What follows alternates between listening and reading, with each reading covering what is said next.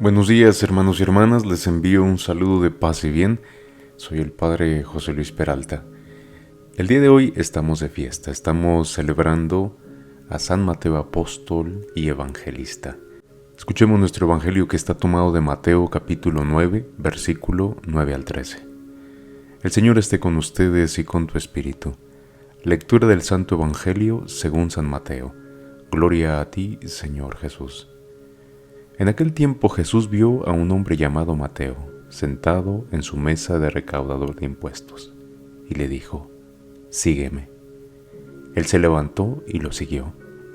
Después, cuando estaba a la mesa en casa de Mateo, muchos publicanos y pecadores se sentaron también a comer con Jesús y sus discípulos. Viendo esto, los fariseos preguntaron a los discípulos: ¿por qué su maestro come con publicanos y pecadores? Jesús los oyó y les dijo: no son los sanos los que necesitan de médico, sino los enfermos. Vayan pues y aprendan lo que significa: yo quiero misericordia y no sacrificios. Yo no he venido a llamar a los justos, sino a los pecadores. Evangelio del Señor. Gloria a ti, Señor Jesús. Muy bien, hermanos y hermanas, como les decía, estamos celebrando la fiesta de San Mateo, apóstol y evangelista, y quiero mencionar unas características que son únicas del Evangelio de San Mateo. Miren, hay una controversia si se escribió primero Mateo o se escribió primero Marcos, pero yo creo que se pensó que Mateo se escribió primero porque era el único apóstol que sabía escribir. Los otros 11 eran pescadores y lo más probable es que ellos no sabían escribir. Mateo escribió para la audiencia judía. Su estilo, su forma de contar las historias, una citación increíble de lo que es el Antiguo Testamento. Pongan mucha atención y nos daremos cuenta que constantemente está citando el Antiguo Testamento. Y lo cita constantemente porque la intención del evangelista era mostrarle a los judíos que Jesús era verdaderamente el Mesías. Algunos exégetas dicen que el Evangelio de San Mateo está dividido en 5 discursos. Y tiene sentido porque recordemos que la Torá está compuesta de 5 libros: Génesis, Éxodo, Levítico, Números y Deuteronomio. Mateo nos muestra a Jesús como el nuevo Moisés. Por eso se inaugura el Nuevo Testamento con Mateo. Y es como si Jesús estuviera inaugurando la nueva iglesia. Y de este evangelio no hay ninguna duda que fue escrito por Mateo. Incluso los padres de la iglesia del siglo II reconocen que Mateo fue el apóstol que escribió este evangelio. Este evangelio lo escribió Mateo más o menos por el 70 o poquito antes del 70, porque describe todas las partes de cómo está el templo conformado, cómo está de pie, y entonces este evangelio debió haberse escrito antes de la destrucción del templo, que fue en el 70. Originalmente este evangelio se escribió en hebreo o tal vez en arameo, y más adelante fue traducido al griego. Mateo va a usar mucho la palabra Mesías, que en griego quiere decir Cristo. Por lo tanto, decir Mesías y Cristo es lo mismo. En su cristología, Mateo es el único que nos muestra que Jesús es el Hijo de David.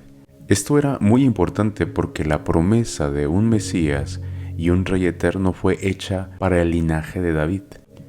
El nombre Emmanuel, Dios con nosotros, es mencionado en Mateo capítulo 1, versículo 23 porque recuerda la profecía de Isaías en el capítulo 7, que dice: «He aquí, la Virgen recibirá y dará a luz un hijo y le pondrá por nombre Emmanuel». Otra característica es donde los demonios y el centurión se refieren a Jesús como Hijo de Dios, pero en el Evangelio de Mateo Jesús nunca se llama directamente a sí mismo Hijo de Dios, manteniendo la tradición judía de no mencionar a Dios o el nombre de Dios. También se le nombra Hijo del Hombre, que fue el cumplimiento de Ezequiel y Daniel.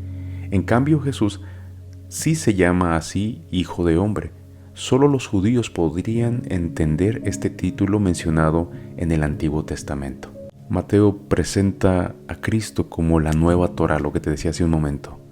Ley que cumple las expectativas hebreas de Moisés a Malaquías. Por eso les decía al principio que este evangelio fue escrito para judíos. Mateo es el evangelio judío porque es el primero que se escribió, o es lo que pensamos. A pesar de que otros van a decir que va a ser Marcos, hay diferentes teorías. Pero no olvidemos que los primeros cristianos fueron judíos que aceptaron el cumplimiento de su fe y la ley en Jesús. Este fue un pequeño resumen de las características del evangelio de Mateo. Pero ahora veamos al mensaje que nos da este evangelio. Jesús estaba pasando por Cafarnaúm, y ese era el territorio de Herodes Antipas. Ese territorio de Cafarnaúm era como el encuentro de muchas carreteras, podríamos decirlo así, y estaba en una zona que era como un tipo de frontera, más bien era una frontera. Entonces Mateo trabajaba en una aduana. Esta área era muy importante porque era el camino que llevaba de Egipto a Damasco y también era el camino que cubría toda la costa. Entonces, como les decía, estaban en dominios de Herodes. Mateo está ahí y está cobrando impuestos, está trabajando para los romanos, algo que era odiadísimo por todos los judíos porque eran considerados unos traidores. Pero algo estaba pasando en el corazón de Mateo, no estaba a gusto. Y yo me imagino que muchas veces tuvo que haber escuchado de Jesús o incluso tuvo que haber pasado enfrente de él. Sin duda, habría oído del joven Galileo que traía un mensaje que cortaba la respiración y que traía algo nuevo, que hablaba con autoridad como nadie lo había hecho nunca y que contaba entre sus amigos a hombres y mujeres que habrían evitado con asco todos los líderes judíos o todos los ortodoxos de aquel entonces. Probablemente Mateo le habría oído desde las afueras de la multitud y habría sentido que le vibraba el corazón, el pecho cuando lo escuchaba. Y llega ese día cuando se encuentra con Jesús ahí delante de él y lo oyó. Él lo desafió y Mateo aceptó aquel desafío y se levantó y lo dejó todo y siguió a Jesús.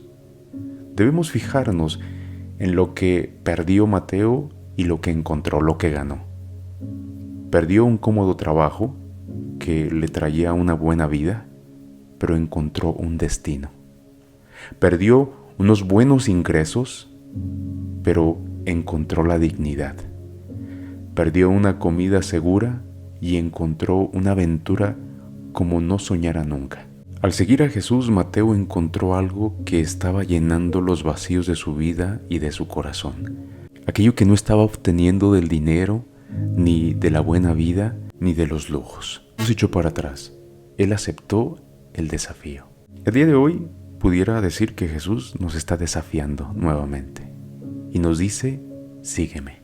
Así como Mateo dejó el puesto de impuestos, pero se llevó una cosa, se llevó una pluma. Y aquí tenemos un ejemplo hermosísimo, luminoso, de cómo puede usar Jesús cualquiera de los dones que nosotros tengamos. Mateo usó ese don de escribir. Cuando nosotros seguimos a Jesús, también nos traemos todos nuestros dones.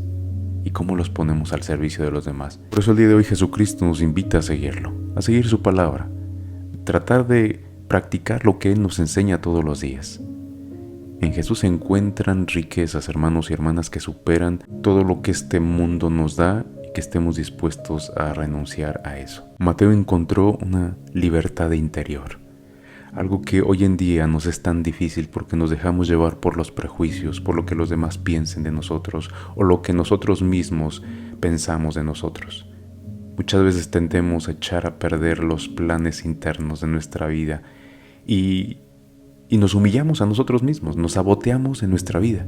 Hoy Jesús quiere caminar con nosotros para encontrar esa libertad interior, aquello que pudo hacer Mateo. Cuando Mateo dejó el puesto de los impuestos, aquel día renunció a mucho en sentido material, pero espiritualmente recibió en herencia una fortuna incalculable. Hermanos y hermanas, hoy Jesús nos hace la misma invitación. Ojalá podamos levantarnos de donde estemos, de nuestra amargura, nuestra tristeza, nuestra ansiedad, nuestro enojo, de nuestro resentimiento. Hoy Jesús nos mira como miró a aquel hombre y nos dice, sígueme. Que todos tengan un excelente día, hermanos y hermanas.